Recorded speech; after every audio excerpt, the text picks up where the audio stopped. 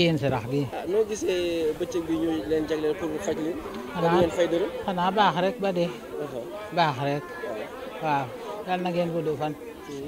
yow lu la dal. damay ba tey métti may miira. waaw. léegi mosoo dem benn hôpital. kay daa ñëw ci hôpital bi. hôpital bi. daal nañ la faj. waaw. tey nag da ngaa bëgg a ñëw daal di gis docteur bi. ñëw daal ba gis ku ma faj moom. waaw. noo gisee lii baax na. baax bu dee rek. ndimbal la daal ci askan. waaw waaw. ndimbal la ci ñëpp.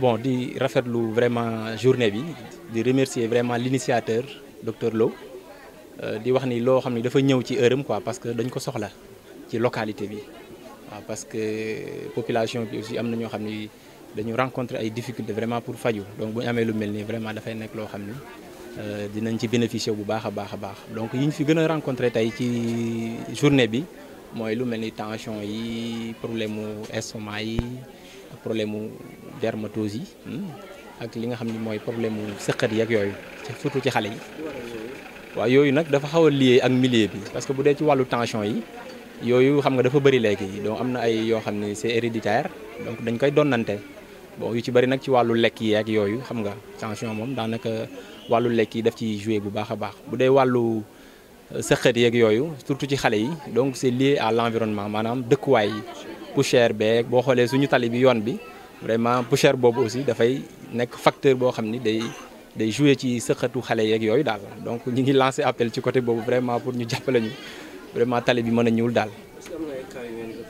waaw cas yi ñu référé mooy 4 ba 5 cas yoo xam ni dafa jóge ci yeneen localités yi donc ci yeneen antennes yi nekk Ndié yoo xam ni dañu ko référé muy problème mu cardiologie donc bi ñu ñëwee aussi cardiologue bi jël na leen en charge waaw. consultation gratuite nga réussir ko yomb ñi ngi gërëm fournisseurs yi nga xam ne dañoo jàppale ndax ñoom ñoo ñu jox garab yu tax nit ñi bu ñu fajoo ñu mën leen may garab gratuitement ñu koy wax Laborex ak Sodipharm di gërëm suñu collaborateurs yi nga xam ne ñoo nekk ci le mouvement taxaw aar sa commune doon mouvement bu ñu créé fii ci Diène Sarax ñu ànd ci ak ñi ngay gis ni ñëpp te suñu doyen bii nekk ci suñu kanam mooy Modou Ngom ingénieur en télécommunication di remercier ñi ñëpp ñëw participer ci ñëpp ci journée bi ba mu agsi fi mu agsi fii voilà pour ñëw ci sa question bi nga wax journée bi dañ koo def ngir ñu apporter ñun suñu contribution ci commune bi ni muy doxee ndax kenn ku nekk boo demee sa dëkk wala sa commune def la na nga mel bés war naa ñëw nga delluwaat fa delloo leen njukkal ci loolu la ñu ñëw ñu organiser ay journée de consultation ci mouvement bi ñu nekk ñu ànd ci ñun ñëpp boole suñu ay doole ba mettre en place journée bi ba mu am réussite bi mu am. waaw environ ci suba 8h ba heure bi ñu toll nii ci différents antennes yi am ci commune bi yëpp consulté nañ ci lu tolloog 3500 ñu koy xayma ci juróom-ñaari téeméer ak lu teg ci ay nit ñi nga xam ne faj nañ leen may leen ay garab gratuitement ñu ñibbi loolu nag bu ñu ko defee dañ cee am ndimbalu ay suñuy naataango médecins yu jógee hôpital Dantec ak suñuy naataango médecins yu jógee hôpital Thiès suñuy naataango médecins yu jógee hôpital El Hadj Ibrahima Niass bu Kaolack di leen ci gërëm bu baax di gërëm également le médecin chef Xombol ndax jàpp na ci bu baax malgré ñëwul mais toujours soutien mi ngi ci biir donc loolu moo nekkoon li nga xam ne lu am solo la ci journée d'aujourd'hui.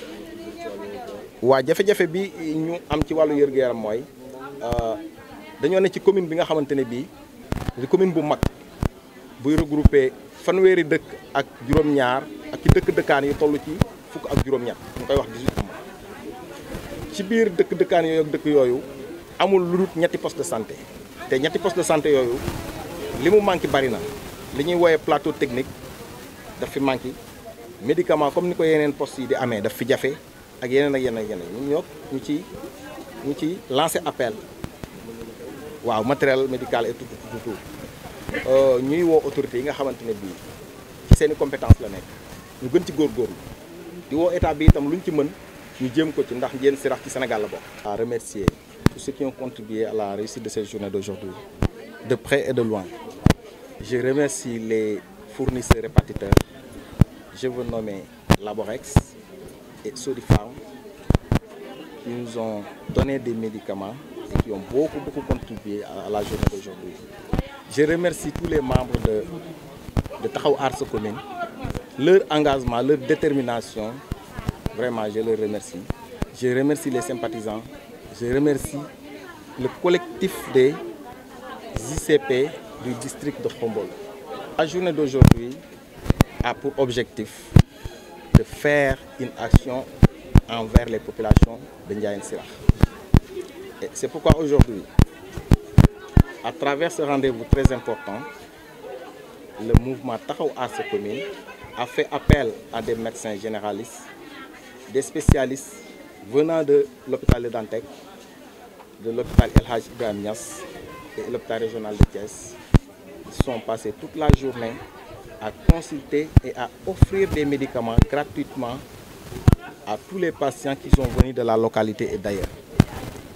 Et les statistiques ont montré que de 8 h jusqu'à aujourd'hui, nous avons consulté plus de 3800 patients.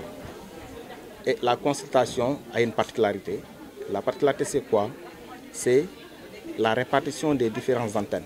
Parce que ce n'est pas une consultation sur place, mais c'est une consultation mobile. Parce qu'il y a 5 antennes au niveau de la commune. Au niveau de Ndiayène Sirakh, c'est le siège lieu communal où se trouvent les spécialistes tels que ophtalmo, tels que gynéco, tels que cardio, tels que néphro et autres et pédiatriques, et la médecine générale. Mais au niveau des autres zones, telles que Kaba, il y a 2 médecins et 2 ICP qui sont là-bas. Au niveau de Ndengler, il y a 2 médecins et 2 ICP qui sont là-bas pour faire la consultation générale. Au niveau de Mboulokten, il y a une antenne avec 2 médecins et 2 infirmiers. Et au niveau de Ndioufène, il y a 2 médecins et 2 infirmiers.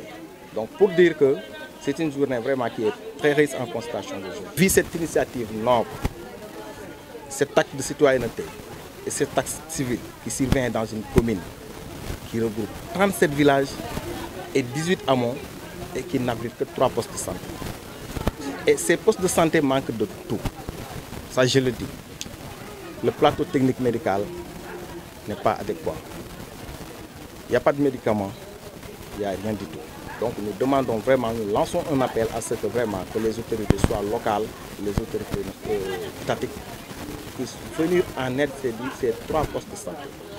Et autre chose, il y a 3 ou 4 gros villages qui réclament depuis très longtemps des postes de santé. Je veux nommer Ndengaler et Ndjoko. C'est des cases de santé que la population demande à ce que vraiment qu'on le réhabilite en poste de santé. Ça également, c'est une doléance que les populations des 2 villages-là réclament depuis très longtemps. C'est Khaïta Silla. Ce n'est pas la première initiative à laquelle j'ai été impliquée. Nous étions là l'année dernière avec Vicaranta quand nous avons organisé une journée de reboisement à cette école même. Donc je suis très heureuse encore une fois de participer à cet événement de haute portée citoyenne. Nous savons tous que dans nos communes, les populations vivent en situation de précarité, surtout pour des questions de santé. Si vous regardez l'Assemblée, vous voyez que des femmes et des jeunes enfants. Les femmes sont des populations vulnérables. En matière de santé, elles sont encore plus vulnérables. Je crois que l'opportunité de pouvoir se faire soigner sans bourse déliée est une importante opportunité pour elles. Et pour ceci, je remercie encore le docteur Bailo, qui est docteur et pharmacien. Je crois que la santé est une compétence transférée, mais nous savons tous que nos communes n'ont pas les moyens de pouvoir prendre en charge les préoccupations des populations, surtout en termes de santé, et que si des actions citoyennes comme ça sont faites à l'initiative des populations de la localité, je crois que c'est très important. Et en tout cas, moi, ça me va droit au cœur et je suis très contente d'y être associée. Nous avons eu des femmes qui sont en désarroi, elles sont là toute la journée. Certaines sont venues très tôt pour s'inscrire, mais elles n'arrivent pas à rentrer. Ce qui nous montre que les populations ont besoin de soigner, mais n'ont pas les moyens. Des gens m'ont abordé pour me dire qu'elles doivent faire des consultations au niveau de Thiès parce qu'elles ont été référées, mais qu'elles n'ont pas les moyens de le faire. Donc c'est vraiment le lieu de faire appel encore à nos autorités pour qu'elles puissent accompagner les populations. On nous parle souvent de couverture maladie universelle, mais quand vous voyez ce qui se passe ici aujourd'hui, on dirait que ce n'est pas arrivé ici. Et en tout cas, Ndiayène n'est pas très loin de Thiès ou de Dakar. Donc ça veut dire qu'il y a beaucoup à faire encore en termes d'accès aux soins pour les populations. Et je crois que cette initiative est importante et qu'elle est à renouveler.